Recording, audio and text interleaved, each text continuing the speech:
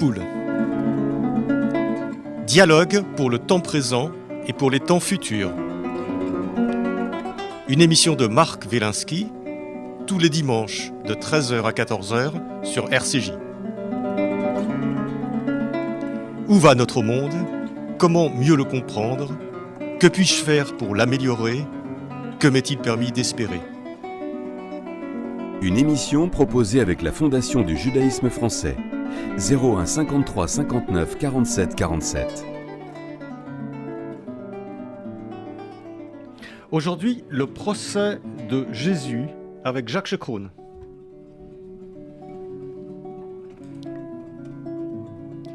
L'inconnu hirsute avançait sur un ânon, assis les deux jambes du même côté, sur de ridicules manteaux qui avaient été posés à même le dos du baudet en guise de selle. Escorté d'une douzaine d'individus allant à pied de part et d'autre de l'équidé, il fit bientôt son entrée dans la ville sous les acclamations de la foule qui se massait tout au long de son parcours. Il arriva au devant d'un palais, sur une place où l'euphorie était à son comble. Des voix scandaient son nom et l'ovationnaient. Des femmes exubérantes lançaient des you-you tonitruants en même temps qu'elles cherchaient à le toucher. Des enfants survoltés virevoussaient tout en répétant les hurrahs et les vivas hurlés par les adultes. De tous côtés, on pouvait entendre les exaltés s'époumoner. « Gloire au fils de David !» criaient les uns. « Béni soit celui qui vient au nom du Seigneur !» clamaient les autres. Jacques Chekroun, bonjour. Bonjour Marc. Alors, j'ai lu les quelques lignes, les premières lignes de votre nouveau roman, paru aux éditions Albin Michel, donc le procès de Jésus, et on assiste en direct à l'arrivée de Jésus à Jérusalem. Donc, Jacques Chekroun, vous êtes, je rappelle que vous êtes écrivain, vous avez été longtemps avocat, et après le procès de Spinoza, pour lequel nous vous avons reçu il y a quelques mois, vous réitérez avec un nouveau procès d'une personne célèbre, qui est le procès de Jésus. Hein. Mais c'est pas un travail d'avocat, je veux dire que c'est un travail de romancier. Il s'agit donc d'un roman.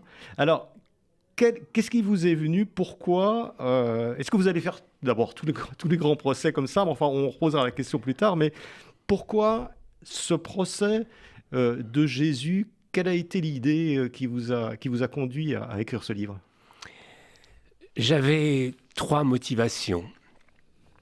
La première, c'est que j'avais envie depuis longtemps, déjà le personnage de Jésus m'a toujours intrigué, interpellé, et j'avais envie, parce que je le ressentais très profondément en moi, de lui restituer sa judéité.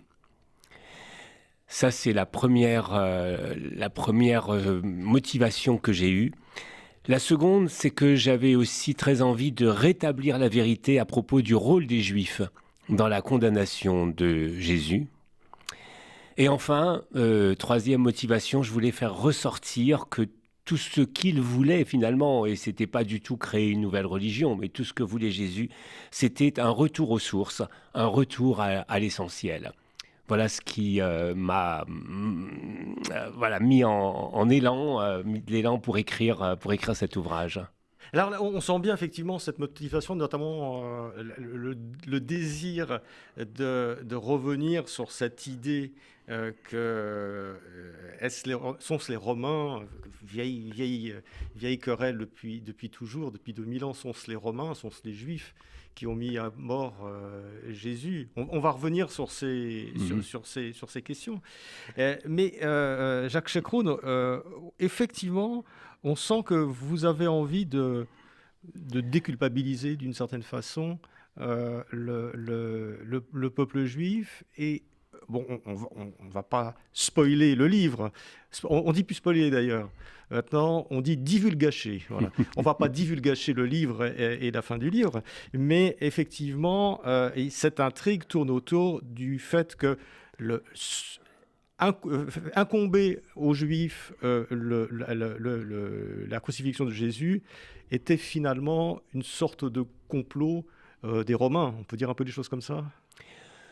On peut dire ça comme ça. Moi, ce que j'ai voulu, c'était souligner une invraisemblance. C'est totalement invraisemblable que pendant 2000 ans, on ait condamné et on ait montré du doigt les Juifs pour la condamnation à mort de Jésus, pour sa crucifixion.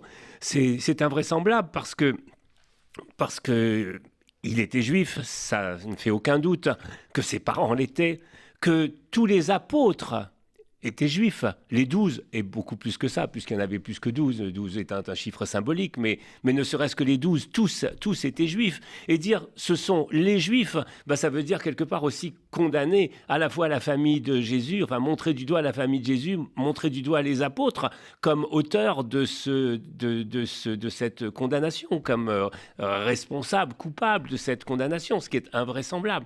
Donc que des juifs aient pu avoir l'oreille de Pilate, qu'ils aient pu vouloir se débarrasser de quelqu'un qui ne leur convenait pas. C'est tout à fait possible, mais des Juifs, ce ne sont pas les Juifs. Et voilà, et ça me paraissait vraiment très important de le mettre en lumière.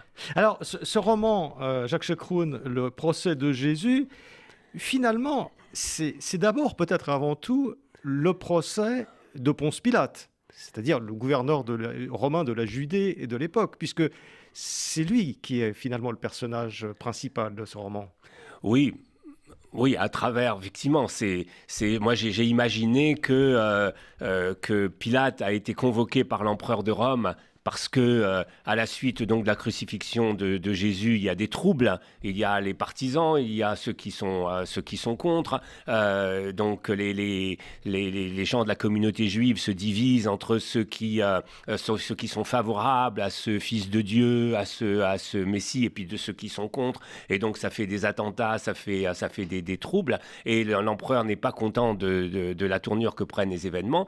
Il convoque donc... L'empereur, c'est Caligula, hein.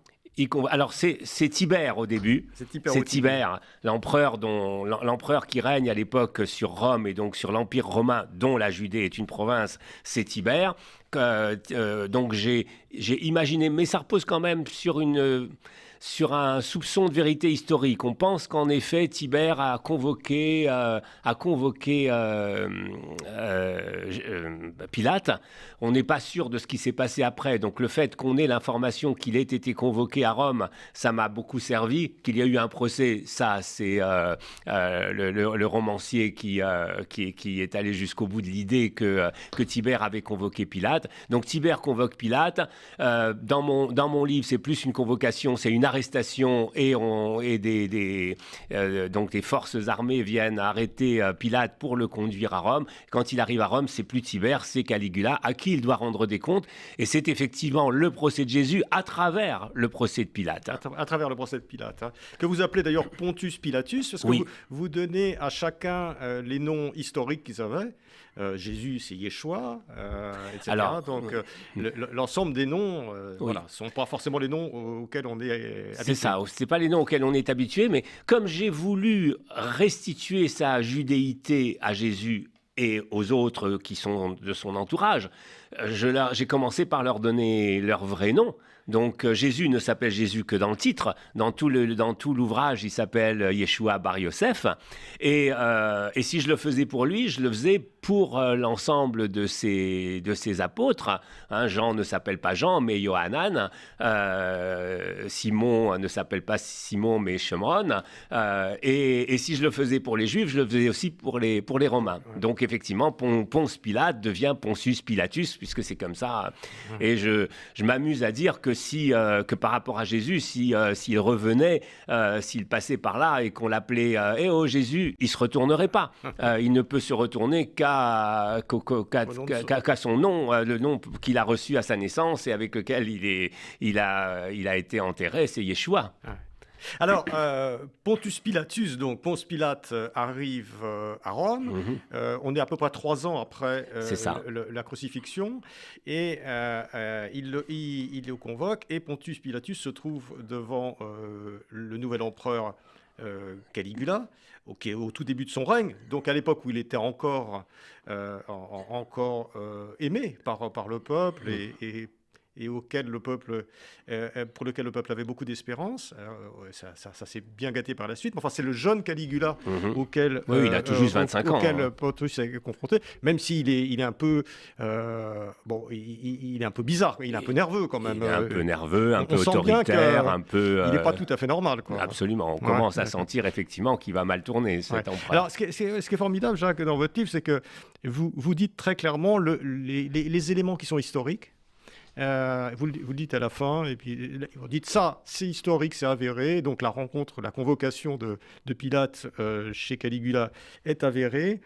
Et puis le reste, après vous dites, là, on ne sait pas ce qui se passe. D'ailleurs, on ne sait pas ce qu'est devenu Pilate, on va revenir dessus. On ne sait pas ce qu'est devenu Pilate, et c'est un des ressorts de votre livre. Et Pilate, donc, se retrouve devant Caligula. Et là, vous donnez libre cours à ce procès, cette mise en cause de Pilate par Caligula. D'ailleurs, il y a un procureur qui s'appelle Macron. Oui. Oui. Enfin, vous l'appelez Macro, mais c'est Macron. Oui, alors là, ça m'a... C'est un personnage historique. Absolument. C'est le procurateur. Absolument. Macro était effectivement le préfet du prétoire. Et finalement, ça m'a bien servi ici de donner les vrais noms que les uns et les autres portaient, parce que Macro est devenu dans l'histoire, en tout cas dans la traduction française, Macron, et que c'était difficile pour moi de l'appeler Macron. Mais effectivement, dans les livres d'histoire, ce préfet du prétoire de l'époque de Tibère et de Caligula s'appelait Macron. Ouais, d'accord. Bon, enfin, l'appeler Macro. On l'appelait Macro, pas avoir trop de soucis. Mais enfin, donc Macro, c'est un peu l'inquisiteur qui met en question Pilate. Alors, qu'est-ce que Caligula et Macro ont à reprocher à Ponce Pilate? Ils ont à lui reprocher les troubles provoqués en Judée par cette crucifixion. Ils ont à lui reprocher aussi, et ça c'est essentiel, le fait de la résurrection. Parce que ce qui va créer des troubles, c'est pas tellement la crucifixion en elle-même, c'est ce qui s'est passé donc 3 jours après, c'est-à-dire la résurrection de Jésus. Et Caligula est foudrage par rapport à son préfet, à son préfet de la province de Judée, parce qu'il dit, mais comment t'as pu laisser faire une chose pareille? Comment t'as pas coupé des langues quand les premiers ont commencé à raconter cette histoire complètement fantaisiste d'une résurrection? T'aurais coupé en place publique 2 ou 3 langues ou 10 langues et la chose se serait arrêtée. Et tu as laissé se propager ça, et avoir laissé propager ça, c'est la plus grande erreur que tu aies commise. Gouverner, c'est prévoir. Tu n'as pas prévu les difficultés qui allaient être engendrées de cette situation. Et donc, c'est effectivement l'un des grands reproches, le reproche essentiel que l'empereur et son préfet du prétoire Macro vont faire à Pilate. Oui, parce qu'il y a des éléments de contexte. C'est le moment, 3 ans après la mort de Jésus-Christ, c'est de sa crucifixion, c'est le moment où les chrétiens, enfin les juifs chrétiens, qui sont des juifs dissidents, c'est tous des juifs à ce moment-là, commencent à essaimer un peu dans l'Empire romain, où ça commence à bouger, et où Caligula se rend bien compte qu'il est en train de se passer quelque chose, que cette religion est en train de gagner du terrain, et que c'est très dangereux pour lui, parce qu'elle se construit en opposition avec les Romains. Et c'est ça. Oui, alors effectivement, on est, comme vous le disiez, Marc, 3-4 ans après la crucifixion. La mayonnaise commence à prendre, et elle prend non seulement parmi les Juifs, parce qu'à la limite, Caligula, il n'en a rien à faire, qu'il y ait une secte... À l'époque, c'est ça, en fait, qu'il y ait une nouvelle secte dans le judaïsme. Il en a strictement... Il y en avait déjà plein, donc il n'en avait rien à faire. Le problème, c'est que ce qui va devenir une religion ne touche pas que les Juifs, ça touche les Grecs, ça touche les Romains, qui sont attirés par cette spiritualité. Et la porte va être ouverte quelques années plus tard avec l'histoire de la circoncision, où pour faciliter l'arrivée de ces nouveaux dans le judaïsme, parce qu'on est dans le judaïsme encore et encore pendant longtemps, pendant plusieurs dizaines d'années, ou pour faciliter l'arrivée de ces nouveaux dans le judaïsme, il y en a quelques-uns, je ne vais pas rentrer dans le détail de qui, mais il y en a quelques-uns qui vont militer pour qu'il n'y ait plus de circoncision. Donc ça va faire venir des gens, et notamment donc des gens qui sont de culture grecque et de culture romaine, et ça effectivement c'est un problème. Ça c'est assez lucide de la part de Caligula, parce que de se dire il est en train de monter des gens, il ne faut pas que nous apparaissions en frontal comme ceux qui ont tué Jésus, donc il faut absolument que nous arrivions à trouver un autre coupable, moyen d'incriminer les Juifs. Oui. Voilà. Et c'est le début de cette histoire. En tout cas, de trouver un autre coupable. Et quel meilleur autre coupable que les Juifs. D'autant qu'il y a une ambiguïté quand même sur les conditions de la mort de Jésus. Est-ce qu'il y a eu un procès juif?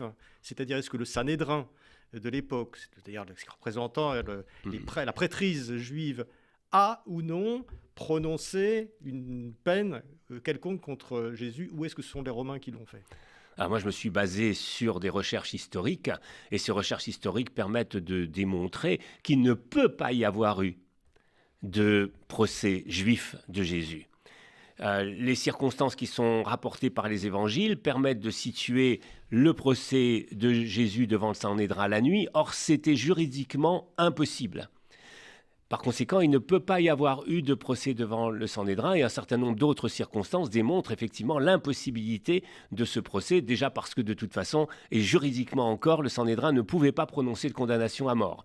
Et c'était un pouvoir de l'empereur, donc qui par délégation revenait donc au préfet de Judée. Donc c'est impossible que le Sanhédrin, se soit réuni pour statuer sur le sort de Jésus, et 2, c'est impossible qu'il ait prononcé la condamnation à mort de Jésus. Donc tout ça, c'est de la légende, ça a arrangé effectivement certains, donc pour moi et dans mon livre, ça a arrangé les Romains de faire bâtir l'histoire comme ça, de construire, de réécrire l'histoire, parce qu'en fait c'est à ça qu'on assiste, et c'est ce que dépeint mon ouvrage, c'est une réécriture de l'histoire pour que les Romains s'en sortent indemnes. Il y a quand même une expression qui est bien connue, donc Ponce Pilate s'en lave les mains. Donc il s'est agi effectivement qu'il s'en lave bien les mains, et que ce soit d'autres qui aient du sang sur leurs mains, et qui de mieux que les Juifs. Ouais. Qui déjà d'ailleurs était pas forcément très bien vu, et qui déjà il y a 2000 ans apparaissait comme le coupable idéal. Oui. Et d'ailleurs, on voit bien en lisant votre livre, Jacques Checrot, dans votre roman, que Jésus se situe vraiment dans la tradition juive. C'est-à-dire qu'il s'appelle Yeshua, on l'appelle Rabbi Yeshua, il se situe lui-même dans la tradition d'Abraham, de Moïse, de David. Enfin, il n'y a aucune ambiguïté sur le fait qu'il se situe dans le monde juif. Il apporte un message au monde juif, d'abord, avant tout. Mais il naît juif, il meurt juif, et il pense en juif. Et il pense en juif qui a quand même un certain recul. Je dirais qu'il pense en juif philosophe. C'est-à-dire qu'il pense par lui-même. Et il pense le judaïsme. Il constate, il voit la réalité de ce qu'est devenu le judaïsme à son époque, et il y a certaines choses qui le choquent. Mais ce qui le choque lui permet de revenir dans sa pensée aux fondamentaux, et il n'a pas d'autre aspiration que de revenir aux sources. Par exemple, il y a cette histoire du Shabbat. Je suis persuadé que Jésus respectait le Shabbat, et qu'il y attachait une grande importance. Il y voyait effectivement non seulement un lien social, un rite, mais pour lui, il est choqué par le fait que, par exemple, qu'on respecte le Shabbat, c'est bien, mais un enfant qui tombe dans un puits, donc le jour du Shabbat, on le consacre entièrement à Dieu, on est en méditation, on est en prière, d'accord, et on ne fait rien et on ne fait aucun effort. Mais est-ce que le fait de faire aucun effort, ça m'empêche de lancer une corde à un enfant qui est tombé dans un puits pour le sauver? Et là, il y a un cri de révolte de sa part qui dit bah non, c'est pas ça l'idée. Hein. C'est quand même l'amour qui est premier, et l'amour me dicte de lancer une corde à cet enfant plutôt que de respecter une règle et d'en faire une règle rigide. Donc oui, vous avez tout à fait raison de souligner que Rabbi Yeshua Bar Yosef, il est extrêmement attaché au judaïsme et jamais l'idée ne lui est venue de créer une autre religion. Ça, c'est arrivé après avec ceux qui sont venus derrière lui. Je soulignerai à cet égard qu'il y a un passage qui pour moi est essentiel dans les évangiles, c'est quand le scribe demande à Jésus, « Rabbi, quel est le premier des commandements ?» Et il répond, « Le premier des commandements, c'est Shema Israël, écoute Israël, notre Dieu, l'Éternel est un. » Et il ajoute, et tu aimeras ton prochain, et il continue le schéma Israël en disant, donc, tu aimeras l'Éternel ton Dieu de toute ton âme, de tout ton cœur et de toute ta force. Ça, c'est le premier commandement. Et puis, il dit, et il y en a un second, c'est, tu aimeras ton prochain comme toi-même. Et il ajoute, et le second est semblable au premier, c'est-à-dire qu'il est aussi important de s'aimer soi-même que d'aimer l'autre, que d'aimer Dieu. Et là, il dit, c'est ça qui est essentiel. Oui. Quel est le premier des commandements? C'est ça, c'est de s'aimer soi et d'aimer l'autre et d'aimer Dieu. Et tout ça, c'est la même chose. Et quelque part, il vient nous expliquer là que nous ne faisons qu'un. Et il vient souligner et expliquer et crier au monde ce qu'est le monothéisme. Le monothéisme, Hachem Echad, hein, Dieu est un, ben ça veut dire ça. Ça veut dire que nous ne faisons qu'un. Et si nous ne faisons qu'un, alors nous nous aimons autant que nous aimons l'autre, que nous aimons Hachem, Dieu. Ouais. Mais c'est ça justement, selon vous, le Jésus vu par Jacques Shekroun, il apporte ce message aux Juifs, d'abord finalement de passer l'amour avant la loi. Les Juifs, et notamment les prêtres de l'époque, font passer la loi avant toute chose. Et d'ailleurs, vous les dépeignez de façon pas très sympathique. Disons, ils sont très attachés à la loi, au point d'être querelleurs, au point de tuer, au point voilà. Cet attachement à la loi est viscéral, quasiment maladif, d'une certaine façon. Et Jésus est l'homme qui dit non, il y a quelque chose qui passe avant la loi, c'est l'amour. D'ailleurs, vous le dites à un moment donné, c'est Barthélemy qui dit « Il importe de changer d'air et de passer de la loi qui appelle et appellera toujours sa propre transgression à l'amour qui n'est pas susceptible d'en provoquer. » C'est ça, il y a une espèce de changement de paradigme, il y a un saut qualitatif à ce moment-là. Et ça, visiblement, il y a dans votre livre, les Juifs l'ont pas compris. Quelques-uns l'ont compris, mais la majorité des Juifs n'ont pas compris ce message-là, c'est ça ? Oui, c'est ça. En tout cas, c'est quelque chose qui a fait peur. Que l'on vienne rappeler les sources, que l'on vienne... Vous savez, j'aime bien raconter que... en fait, il se passe la même chose qu'au moment de l'Alliance. Au moment de l'Alliance, moi, j'ai cette image que Dieu propose aux hommes de faire une alliance avec lui. Il dit, voilà, je vous propose d'être des purs et des saints. Et là, vous avez la majorité des hommes qui disent, mais c'est quoi ces bêtises-là, des purs et des saints? Mais non, on veut continuer à faire parler nos égos, on veut continuer à se battre, on veut continuer à se tromper les uns les autres, on veut continuer à pouvoir tricher, on veut continuer à pouvoir... pour employer un mot biblique, forniquer, on veut avoir cette liberté-là, et tu nous parles de pur et saint, mais ça n'existe pas, c'est complètement utopique, nous, il n'est pas question. Et donc, les hommes refusent ce que Dieu leur propose, c'est-à-dire d'être purs et saints. Et donc j'imagine une immense assemblée, là, quelque part entre le Tigre et l'Euphrate, où on a les hommes réunis avec Dieu qui leur propose d'être purs et saints. Donc l'assemblée se termine, les hommes ne veulent pas, ils se rébellent contre cette idée. Et puis là, vous avez un petit mec qui finalement lève le doigt et Dieu dit, t'es qui toi? Il dit, je m'appelle Abraham.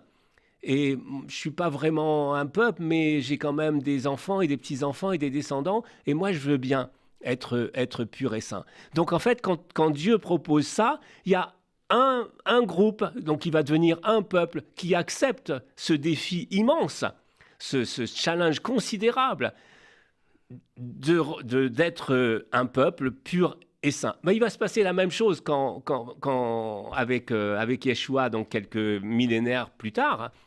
C'est qu'effectivement, il dit, mais revenons à cela, revenons à cet essentiel qui est d'être pur et saint. Et vous avez des gens qui ont des pouvoirs, c'est ce qu'on appelle l'aristocratie sacerdotale, donc qui ont des richesses, qui imaginent mal de les partager de façon égalitaire avec les autres. Enfin, c'est toujours le même. Il s'est passé la même chose avec les protestants et les catholiques, donc au 15e et 16e siècle, hein, où vous avez qui se rebellent contre les richesses. Donc voilà, oui.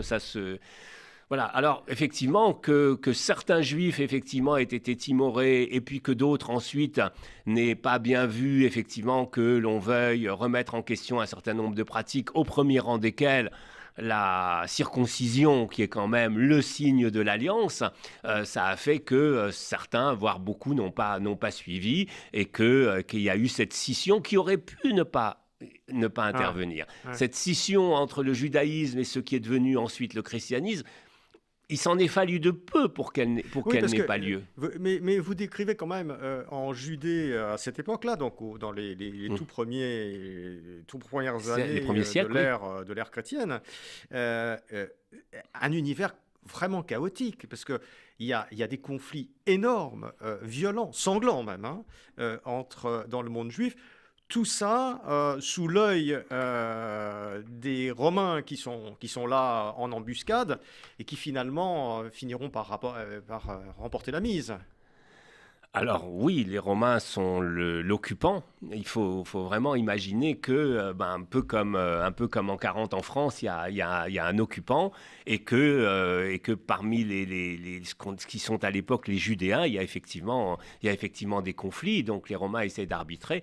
Alors ils vont remporter la mise. Ils vont remporter la mise en 70 finalement, parce que les Juifs vont finalement se révolter de façon beaucoup plus franche, et ça va être la destruction du temple, qu'on retrouve d'ailleurs à la fin de mon livre, puisque c'est ce qui permet non, voilà. Ne divulgachons pas la fin du livre, on va rester là. Alors dans ce roman, Jacques Checroun, il y a l'historien, et puis il y a aussi du Checroun, je dirais. J'ai relevé quelques passages, et je crois qu'il y a une discussion à un moment entre Marcos et Barnabi. Alors Marcos, c'est Marc, oui, c'est-à-dire l'apôtre. L'apôtre Marc, oui. Et Barnabé, donc oui, Saint Barnabé. C'est Saint Barnabé, voilà. Et donc c'est Barnabé, je crois, qui dit, je ne sais plus si c'est Barnabé ou Marcos, où ils discutent ensemble, et il dit: je crois que lorsqu'on s'est vu infliger de mauvais traitements, il parle d'un enfant qui a subi de mauvais traitements. Je crois que lorsqu'on s'est vu infliger de mauvais traitements, de simples humiliations suffisent souvent à un enfant pour qu'il se sente maltraité, et que dans ce contexte, on n'a plus personne sous la main pour continuer à nous en faire subir. Alors, parce qu'on connaît les émotions que cela provoque et que le contenu même douloureux vaut toujours mieux que l'inconnu qui nous effraie, alors on se maltraite soi-même. Oui, donc je ne sais pas si on a le temps de développer sur la maltraitance, mais c'est vrai que c'est un petit clin d'œil à ce thème. Il y a un certain nombre de choses comme ça que vous attribuez et qui sont des discussions extrêmement contemporaines, extrêmement modernes sur la maltraitance, sur un certain nombre de choses. Et effectivement, on sent bien dans ce livre que dans les discussions qu'il y avait autour de Jésus à l'époque, etc., il y avait déjà ces discussions sur le fait sur la violence. C'est un monde très violent, hein. Donc sur la violence, sur la maltraitance, un monde dans lequel l'homme a le pouvoir sur sa femme et le pouvoir absolu sur ses enfants, droit de vie ou de mort, Mhm. etc. Alors, cette histoire de maltraitance, est-ce qu'elle est explicative de quelque chose dans l'histoire ou pourquoi est-ce que vous l'avez introduit à cet endroit-là? Parce que c'est un thème qui m'est très cher, celui de la maltraitance, et que je suis convaincu, en effet, que quand on a été maltraité, c'est comme si on avait pris le pli de cette maltraitance et que du coup, celui qui a été maltraité va maltraiter l'autre, mais surtout se maltraiter lui-même. Je suis personnellement convaincu que la maltraitance est alors, et la maltraitance, et au-delà de la maltraitance, l'humiliation, parce que souvent quand on parle de maltraitance, on imagine des coups, mais c'est pas forcément des coups, c'est l'humiliation qui est principale. Et cette humiliation qui est dans les cœurs, cette humiliation qui est souvent une blessure profonde, elle est rentrée, elle est refoulée pendant des années, pendant des décennies, et un jour ou l'autre, il faut que ça explose. Et pour moi, c'est cette humiliation qui est à l'origine de tous les drames, des guerres. des guerres, des attentats. Des attentats, Des ouais. attentats. On ne peut pas avoir pris une mitraillette et être allé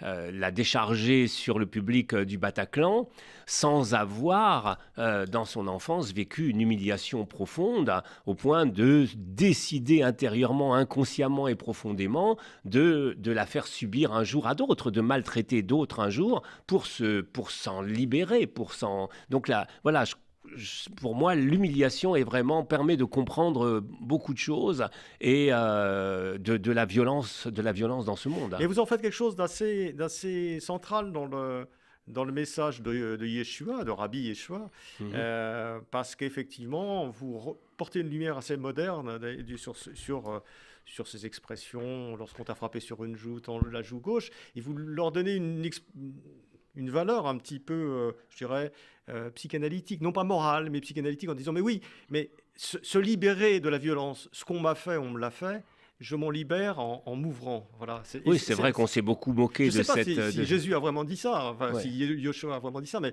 en tout cas, vous en faites quelque chose d'assez... J'ai essayé de comprendre. Ouais. J'ai essayé de comprendre ce que ça voulait dire à la lumière de notre monde, bien sûr, hein. Mais voilà, pour moi, c'est vrai que j'ai souvent entendu des gens se moquer, j'ai souvent vu les épaules se hausser lorsqu'il était question de tendre l'autre joue, ce qui m'a fait m'interroger, mais qu'est-ce que ça veut vraiment dire vraiment? Alors, il est évident que ça ne veut pas dire, vas-y, tu m'as donné une gifle, vas-y, redonne-m'en une. Ça veut dire que je te montre, en te tendant l'autre joue, je te montre un autre visage que celui de la violence. C'est ça que pour moi, c'est ça que ça veut dire quand on essaie. Donc ça brise un cycle quelque part. Voilà, il s'agit de briser le cycle. Il ne s'agit pas de le prendre mot à mot. Voilà, tu me donnes un coup d'un côté et je te dis vas-y de l'autre côté. Non, en te tendant l'autre joue, je te montre un autre visage que celui de la violence. C'est ça qui me paraît essentiel. Et je crois profondément que c'est si je l'inscris dans la lignée de tous les autres, de l'ensemble des messages de Jésus, de ce rabbi Yeshua, Bar Yosef, il me semble que c'est vraiment ce que ça voulait dire. Ouais. Mais alors, ce que vous semblez dire, Jacques Chekroun, dans son roman, je rappelle, le procès de Jésus, aux éditions Albin Michel, je ne sais pas si je l'ai dit, mais je le redis, c'est que vous sous-entendez que ce message existait déjà dans le judaïsme et qu'il avait été oublié. Mais c'est le propre du judaïsme, c'est le fondement du judaïsme. Oui, mais enfin, les quelques juifs, enfin pas tous, il y en a qui sont très bien, mais il y en a quelques-uns qui font pas vraiment preuve ni d'amour, ni de compassion dans ce livre. Sans doute, mais il y en a d'autres. Il y en a d'autres, oui. Je vais pas les citer, mais il y en a d'autres qui effectivement, dans le judaïsme, le comprennent. Et encore une fois, le Rav Yeshua, il n'est pas sorti du judaïsme lui-même. Il est resté dans ce judaïsme avec ce message d'amour d'amour de Dieu et d'amour de l'autre et d'amour de soi. Alors, il y a d'autres passages comme ça, et notamment, il y a un sujet qui affleure à certains moments, et on sent bien que là aussi, c'est quelque chose qui est profond dans votre réflexion, c'est la question de la culpabilité. Euh, Joseph, à un moment donné, dit, « Eh oui, reprit Joseph, c'est le drame de notre époque, chercher un coupable à tout ce qui arrive. Raison pour laquelle le monde va mal. Raison pour laquelle il n'y a pas de paix sur la terre et en nous-mêmes que lorsque nous serons débarrassés de ce fléau. » Alors, il y a une personne qui lui dit, « Mais comment faire ? C'est en commençant par nous-mêmes que nous y parviendrons, en nous faisant une véritable religion de ne pas chercher à nos malheurs la faute de quiconque, en faisant une religion d'élever nos enfants sur un tout autre mode que « qui a fait ça ?» en nous faisant une religion d'apprécier ce qui est plutôt que de vouloir ce qui aurait dû être et qui n'est pas, en nous faisant une religion de ne pas être victime de ce qui advient et de nous en remettre en toutes circonstances à la volonté du Saint, béni soit-il. Voilà. Ouais. Donc là aussi, on sent qu'il y a une réflexion profonde. C'est Joseph, oui, qui dit ça. C'est Yosef Barnabi. Yosef Barnabi, oui, c'est toujours Barnabi donc, Barnabé, en fait. Qui devient Barnabé. C'est Saint Barnabé. C'est celui qu'on appelle, c'est Saint Barnabé. Ouais. C'est celui qui... Et donc, adepte évidemment du Christ, hein, enfin du Christ de Jésus. Et là, effectivement... Et amoureux de la fille du grand prêtre. Oui, voilà, c'est ça. Voilà.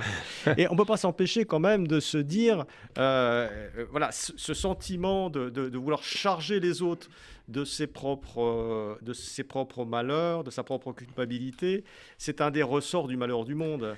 Et c'est l'une des grandes contradictions du christianisme, où l'on a le message de Jésus qui est « ne jugez pas », ne jugez pas. C'est quand même, avec l'amour, c'est quelque chose d'essentiel. Et l'une des premières choses que vont faire les premiers chrétiens, et d'autres vont suivre par la suite, pas tous, mais d'autres vont suivre, ça va être de rechercher un coupable à la mort du Christ. Or, le Christ lui-même disait « ne jugez pas ». Ne jugez pas, ça veut dire ne cherchez pas un coupable pour le condamner. Et là, il y a une contradiction fondamentale dans les fondements, oui, j'ose répéter, dans les fondements du christianisme. Quand on est dans le non-jugement que proposait Jésus, que d'autres dans le judaïsme ont proposé, Hillel notamment, hein, ça n'est que lorsque tu chausseras mes chaussures que tu me comprendras et dès lors tu ne me jugeras pas. Quand on est dans cette perspective-là du non-jugement, bah, on ne peut pas rechercher un coupable. On ne peut pas dire qui a fait ça. Mais alors, Jacques Chekroun, j'ai une réflexion qui est un peu provoque, mais est-ce que finalement, à cette époque, le judaïsme n'a pas un peu loupé le coche? C'est-à-dire que, est-ce que on ne prétend pas, enfin, en excluant finalement les chrétiens à partir de Saint Paul, etc., du judaïsme, où ils sont exclus eux-mêmes, enfin, lorsqu'il y a eu cette scission, est-ce que finalement, ils n'ont pas loupé l'occasion de devenir une grande religion universelle? Et je me suis vraiment posé la question. Et je me suis dit, mais en fait, qu'est-ce que proposait ce rabbi Yeshua? Il proposait au judaïsme de devenir, et vous avez prononcé le mot, Marc, universel. Or, le judaïsme, jusqu'à cette époque-là, c'est quoi? C'est juste la Judée, et peut-être même pas toute la Judée, Jérusalem. Jérusalem, à l'époque, 50 000 habitants. sais pas si vous voyez ce qu'est 50 000 habitants, mais c'est une petite bourgade de province aujourd'hui en France. Donc pas grand-chose. Et une petite diaspora, des Juifs qui ont choisi de partir au moment de la guerre avec Pompée quelques 25 ans plus tôt, et qui sont allés pour l'essentiel en Grèce. Et donc, c'est ça le judaïsme, c'est-à-dire 3 fois rien. Aujourd'hui, c'est toujours 3 fois rien, mais à l'époque, c'est beaucoup plus que 3 fois rien. Et il y a une proposition de rendre cette religion monothéiste, la seule à ce moment-là, de la rendre universelle. Et vous avez des gens qui ont peur. Vous avez l'aristocratie sacerdotale qui détient le pouvoir sur son petit monde et qui se dit « mais qu'est-ce que je vais devenir ?» Et ces gens-là font rater au judaïsme une occasion historique. Vraiment. Et oui, je crois que le judaïsme, à ce moment-là, a raté le coche, qu'en intégrant Jésus plutôt qu'en le rejetant, et surtout en n'ayant pas peur de l'universalisme, eh bien, aujourd'hui, 2000 ans plus tard, le judaïsme serait la grande religion du monde. Ouais. Ça va peut-être faire des réactions, ce que vous dites, Jacques Chekroun, mais effectivement, qu'est-ce que sera devenu l'Empire romain, puis l'Europe, puis le monde, si effectivement le message du rabbi Yeshua avait été intégré et qu'il n'avait pas été d'une certaine façon banni de l'univers. Personne ne sait, personne ne peut répondre à cette question, mais ce qui est clair, c'est qu'on ne gagne jamais à exclure. On gagne à intégrer l'autre, on gagne à s'enrichir de ses idées.